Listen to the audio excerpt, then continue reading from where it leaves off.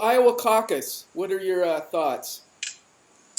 Well, uh, of course, Bernie's surprised the Hillaryites, because they thought she was walking to the nomination unopposed, and now that's obvious that she's already going to lose New Hampshire. Everybody knows that.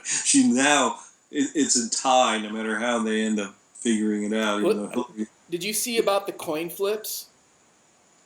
no, They had to make these decisions on where delegates go. If there was like a tie, they had to use coin flips. 6 out of 6 coin flips go to 6 out of 6 yeah. go What to is it like? Hillary Clinton.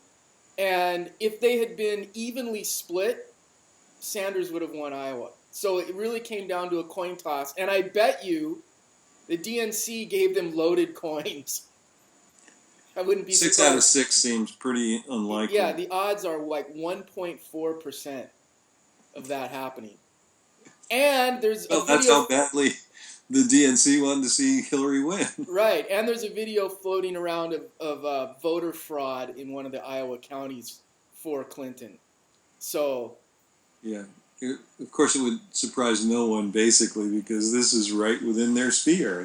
right, but since she won dubiously by like 0.02%, mainstream media is spinning it as a big win for Clinton.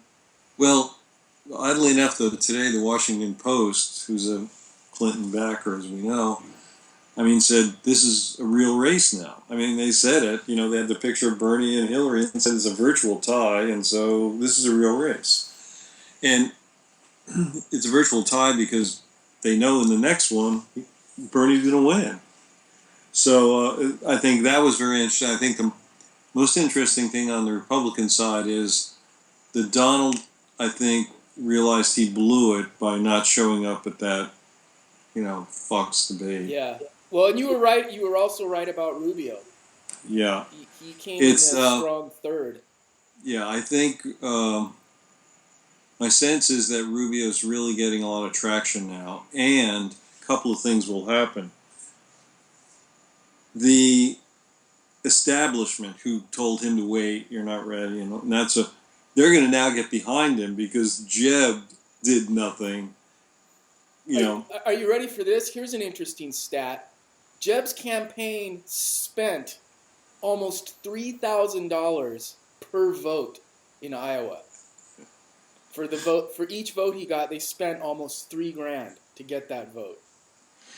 That's a great statistic. He probably could have gotten more votes if he just said, "Hey, I'm going to give you $2,000. Here, go vote for me." There's a fiscal conservative for you. There's a guy who knows how to handle his money. There's a campaign that knows how to handle their money. They know how to get money, that's for sure.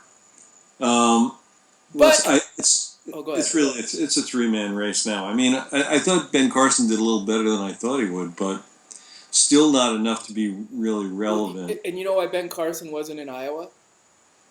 Because he had to go to Florida to get some clothes. Now, another thing, though, about Iowa and the Republicans is that last Iowa caucus was won by Mr. Santorum, and Huckleberry won the one before that. So Iowa Republican primary is not really a good barometer of who is going to emerge. And the diabolical one, who ties 0.08% of his money to the Lord, was getting all the evangelicals, which are heavy in the Republican population there. But once again, who knows on the Republican side what all this says. Really, as we predicted, that this Rubio surge here is coming at the right time, and the invincibility of Trump is gone. So I think, New Hampshire is going to be incredibly interesting. Now, Trump has a huge lead there, but I wonder how solid that lead really is. And then when you go to South Carolina...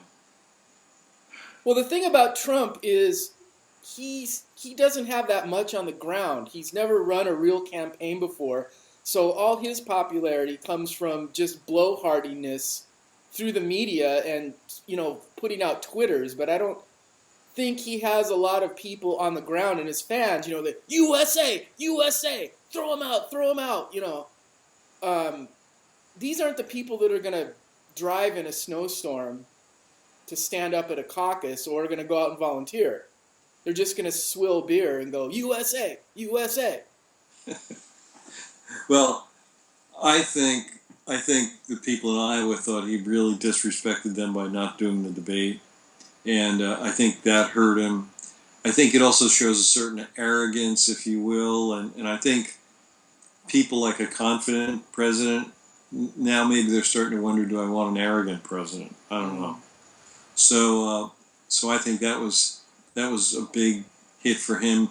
Cruz had to win there, otherwise he was gone. So, but he didn't win by a landslide. I mean, he only won by 4 percentage points. So, and the other thing that's really amazing about Iowa is that if you look at the low number of votes cast, how is that determining the president of the United States? I mean, yeah, it's amazing how much of a big deal they make over this when this caucus thing is like right out of the Revolutionary War voting concept.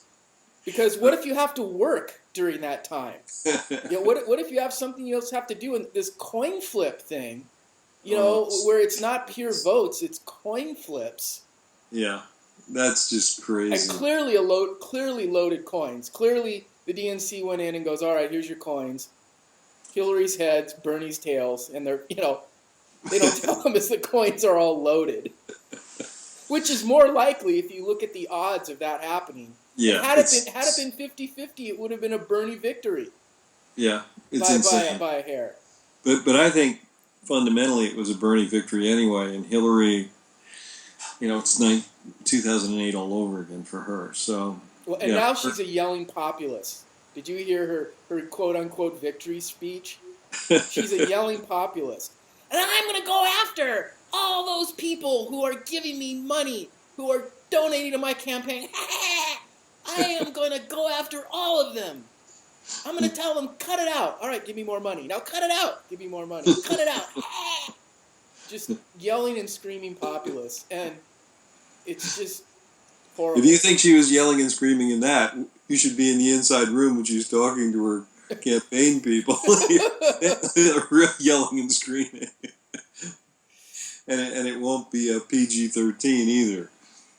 So, yeah. Well, I also think on the Bernie side, this is going to fire people up even more.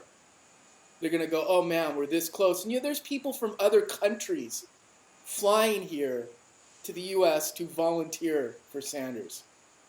Interesting. From other countries. Yeah. Well, and phone banking from other countries. There are people in other countries phone banking for Sanders. Well, maybe Bernie's taking a page out of Hillary's book because she's got a big following in Myanmar. But no, I thought it was a very interesting evening. I think again, I would say the three winners were Cruz just because he had to win, otherwise he was out. Bernie because he showed up and people were like, oh, how strong is his support? Well, sans coin flips, he would have won.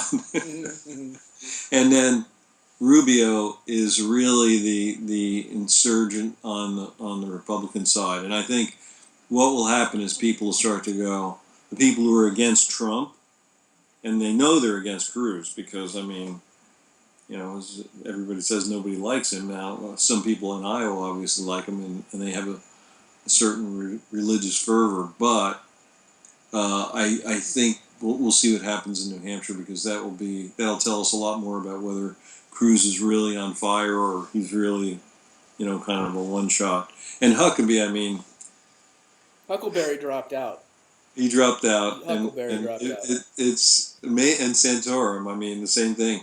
Winning, it's sort of like, gee, you really didn't do anything for us, when we gave it to you last time.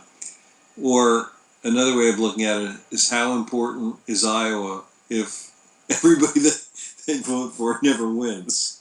Well, and on a final note, O'Malley dropped out too. Yeah, we predicted that weeks ago, of course. So, So now it's a 2-horse race on one side and a 3-horse race, I think, on the other side. So we shall see what happens. And if we thought the gloves were off in Iowa, wait till they get to New Hampshire.